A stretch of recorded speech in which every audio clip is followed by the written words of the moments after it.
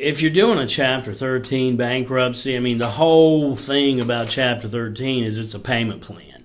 And the person you pay is a bankruptcy trustee. He, in turn, is taking that money every month and divvying out to the people that your plan says he's supposed to pay. He does it from 3 to 5 years.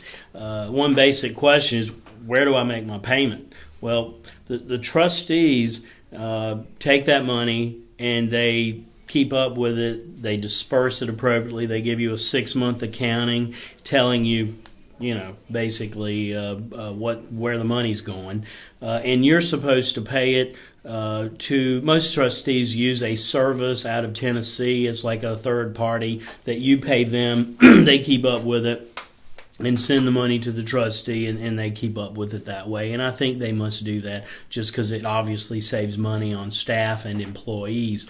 But the reality is, most trustees take the money out of your paycheck. And so, you won't be making many payments yourself to that Tennessee address.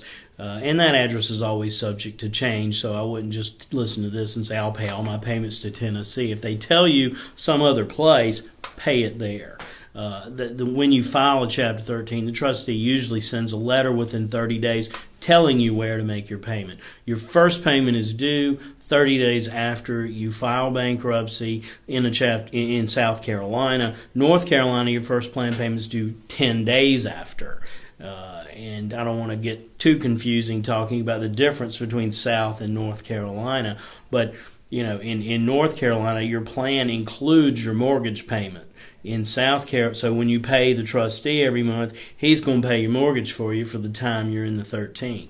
In South Carolina, you're going to pay the trustee your bankruptcy court payment, but you're going to pay your mortgage company directly your bankruptcy, your mortgage payments while you're in the bankruptcy.